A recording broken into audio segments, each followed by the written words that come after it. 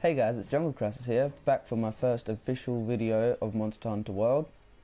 Today I will be keeping my promise that I've made to a few of the friends I've played with. We will be hunting the Elder Dragon Eater Nergigante.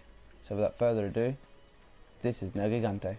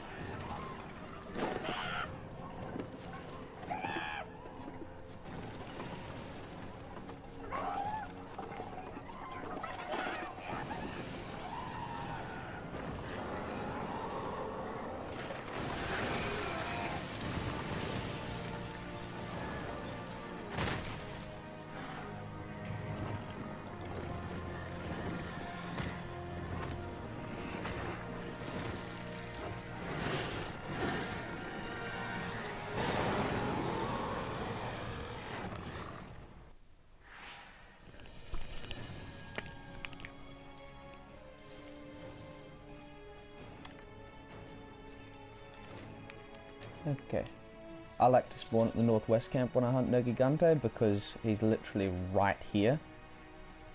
Always in this area 14, I believe it is. Yep.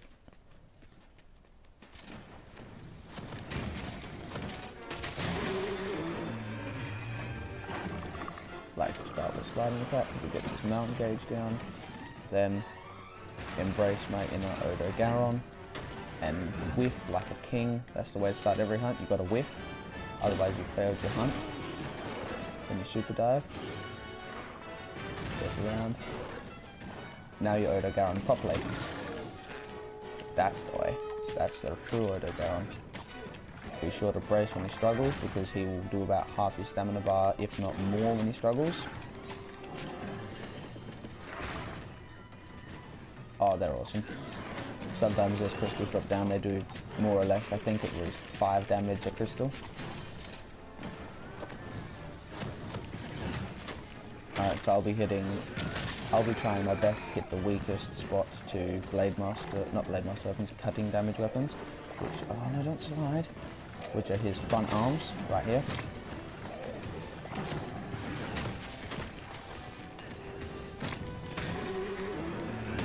The hyper armor roll on Greatsword is very useful for rolling through a lot of his attacks, unless you do it early and whiff.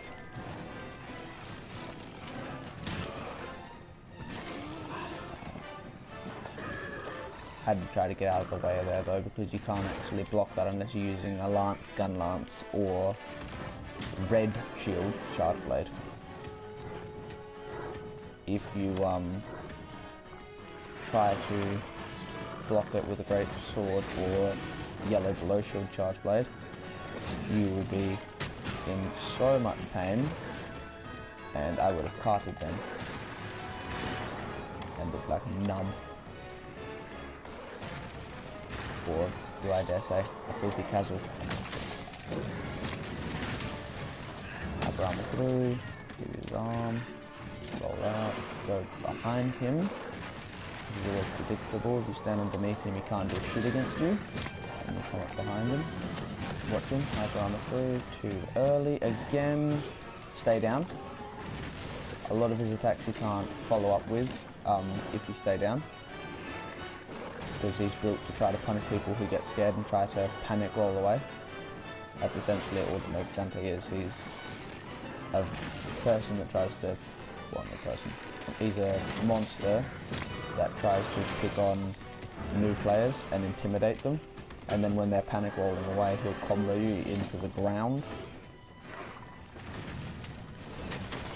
So all you gotta do really is stay behind him, hyper armor through his attacks if you have hyper armor abilities, mind's eye on the black spikes to try to break them, but if you don't have mind's eye abilities, just stay behind him, wail away on his back legs. Sheath, he's gone for a strong attack, you run, and Superman dive. He can't hit you. I see a lot of people who panic, roll too early, roll too late, etc. like that. Also, I like to bring the Vitality Mantle with me, as he can't actually damage you through it for a fixed amount of damage. That's gonna hurt. Well, if I didn't have the mantle anyway. That's why I like the mantle though, because with the Greatsword it allows you to just be able to chuck out the attacks without having to worry about penalties. Roll underneath him. Rolling, roaring. Alright, sweet, he's gone into rage mode. That puts me even stronger. He's leaving the area.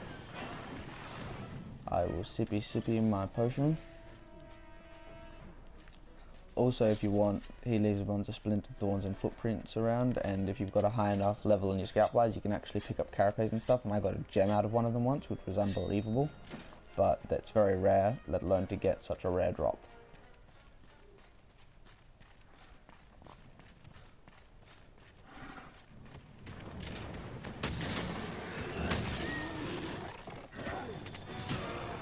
Ouch.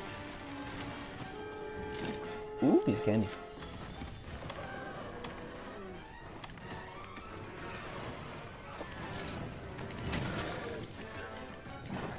Sorry, I'm going to hold the controller away while I mount him because I know the taps can be very loud. But that was easy. Nergigante, get good.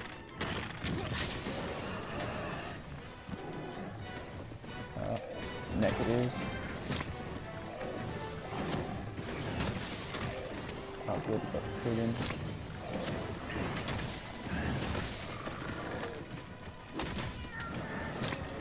Watch him. Hyper armor, break his horn. Go into that.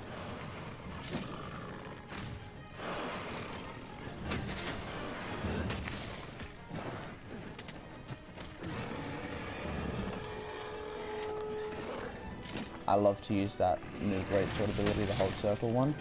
It's unbelievable. It gives you hyper armor and you can evade while doing a heavy attack. And on top of that, the circle attack where you do that weird wonky evade attack, it is actually capable of carrying charges over. That's not what I want the Dragon Pod. There you go. Yep. Dragon Pods are really useful when you see black spikes on his body. Like what's he on his wings if I can't hit them. I put one of his arms in. Why is my sword out? Go away. And put one of his arms. Oh, I got one of his tail. The Dragon Pods he drops are pretty much used for breaking the spikes on his body. That's their main purpose. And his main purpose is apparently to kick my arm.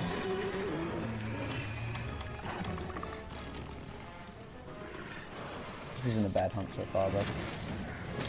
Go for level 3, he'll turn straight into me. Bang. Go for the mind guy and be brave. Shouldn't have been brave. Stay down, he's gonna hit me and shoot black spike. Red potion. Watching him all the time, never taking my eyes off him. Wait, use it. Potion. Get around him.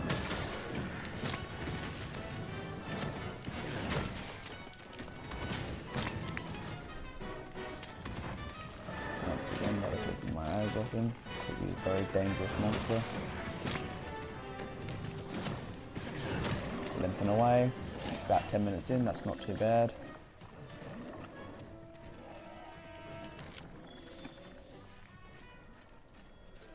I'll let him go. Picking up stones, because I can then let my bombs detonate and get max damage. Greatswords actually are the only weapon in the game to get 3 times wake up multiplier. So it is best to wake up with a Greatsword even when bombing, because it will do more damage unfixed. Whereas bombs have a fixed damage and you can just get it as doubled. But with Nergigante, when he sleeps, he tends to harden his spikes, or sometimes you'll miss and hit his horns. You just don't want to risk the reduced damage. So that's why I pick up the stones and I shoot the barrel bombs. Just a bit safer.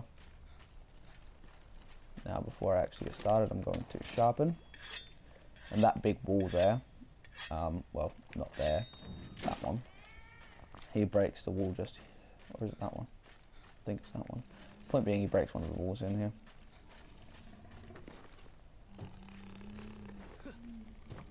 Now I will shoot this barrel. There goes the other one.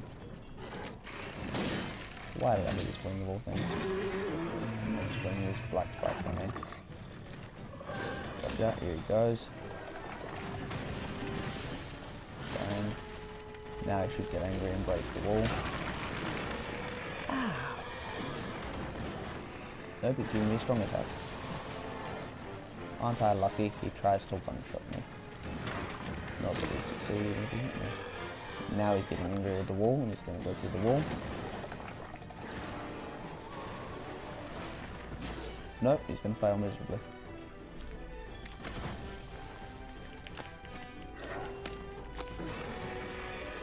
Now he's angry with the wall. There we go. Hopefully he's got flashlights. Sometimes flashlights spawn on the other side of the wall, unlike today, and they're extremely useful. Ah, bugger.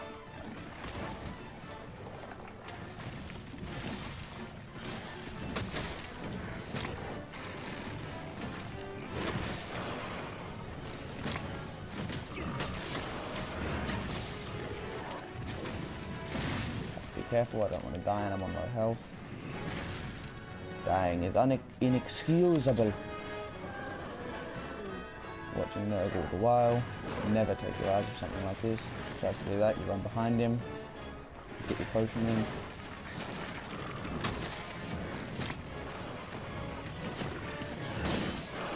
Oh no, black spikes. No please. Oh, here he goes. Run away! Nope. No thank you. Not appreciated.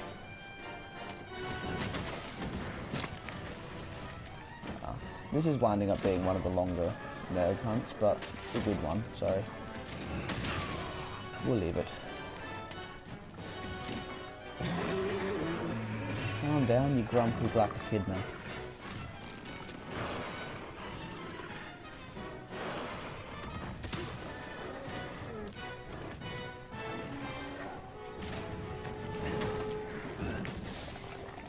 Better.